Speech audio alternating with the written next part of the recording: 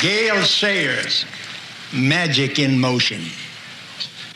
Teammates admired and respected him. If you wish to see perfection, you had best get a hold of a film of Gale Sayers.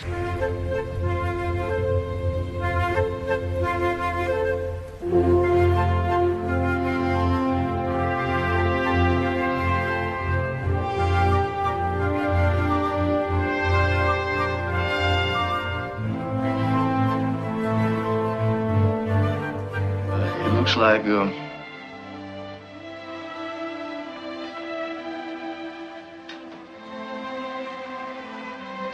might never play football again. Or for a long time.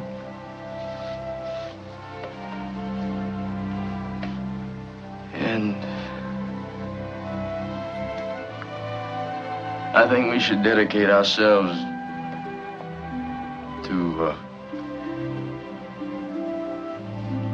give our maximum effort to win this game. And give the game ball a pick.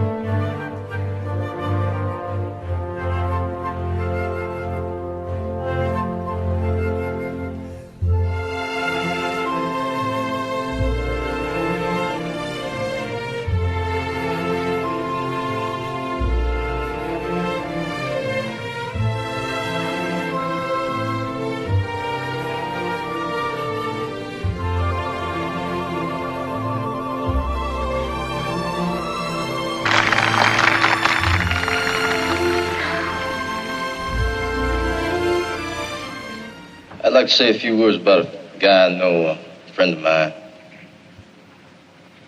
His name is Brian Piccolo. And he has the heart of a giant. And that rare form of courage which allows him to kid himself and his opponent. Cancer. He has a mental attitude which makes me proud to have a friend who spells out courage 24 hours a day, every day of his life.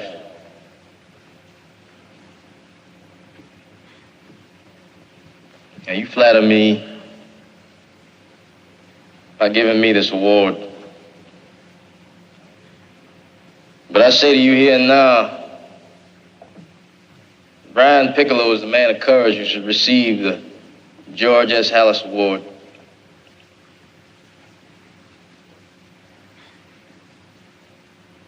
It's mine tonight, and Brian Piccolo's tomorrow.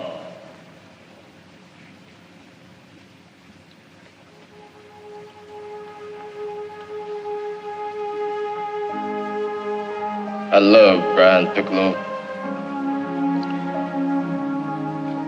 and I'd like all of you to love him too.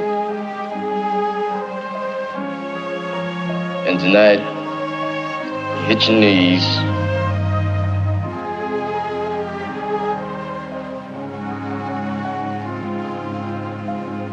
Please ask God to love him.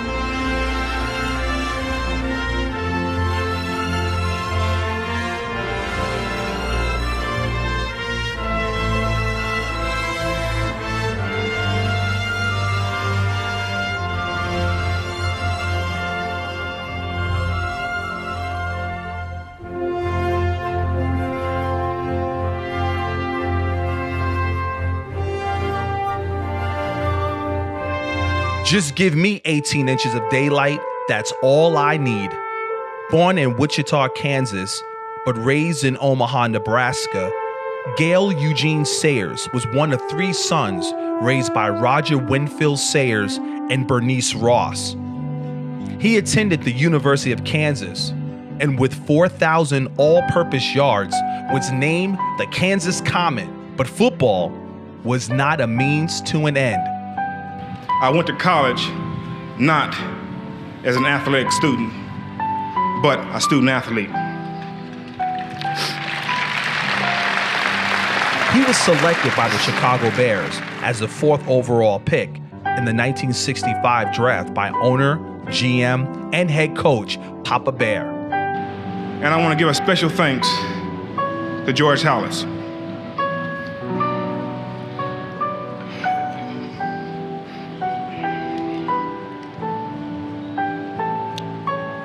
A man who more than anyone else has made professional football what it is today. There's not much you can say about someone who's become a legend in his own lifetime, but I want to try.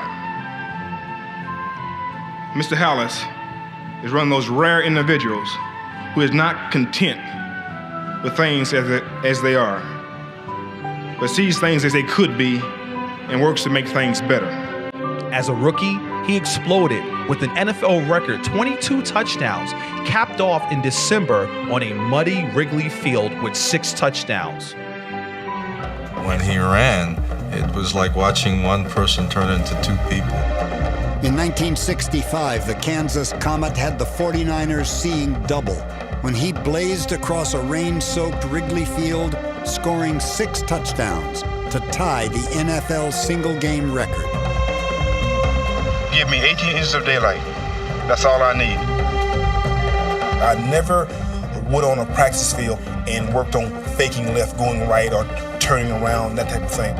Many times there'd be a fella coming from my blind side, and no way I could see him, but I could feel it.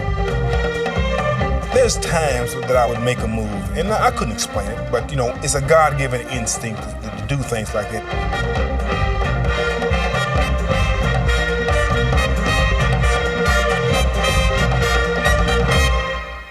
You know, I'm a painter, so what you learn when you're a painter is that you paint your broad strokes, which is obvious to the eye, and then you paint the subtleties, the nuances. That's where the story is being told. That's what draws people in. That's what makes people pay attention. Gale, he had a natural subtlety in the way he performed on a football field. You couldn't take your eyes off of it. You don't see that all the time. I mean, it's unusual. Brilliant but fleeting, Sayers' career lasted just 68 games. In his 4th season, he tore several ligaments in his right knee and was never the same runner again. However, like Williams' performance in Brian's song, Sayers' work still resonates. Watching him run was one of the most beautiful, special experiences I've ever had in my life. That's indelible greatness.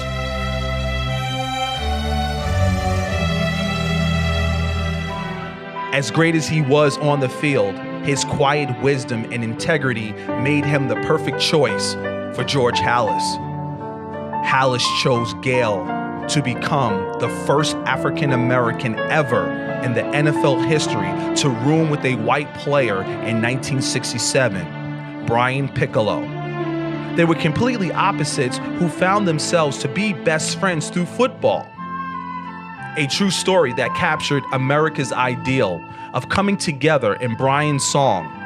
They became great friends, and it was Gale at Brian's bedside when he tragically passed away before the season started, a sober part of life's journey.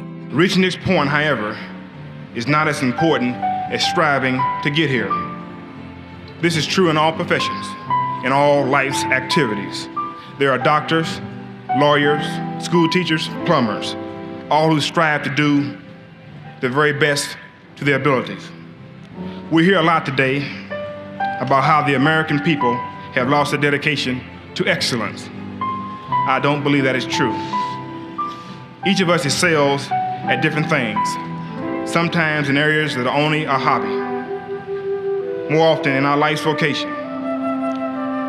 The most important thing, however, is to strive to do our very best.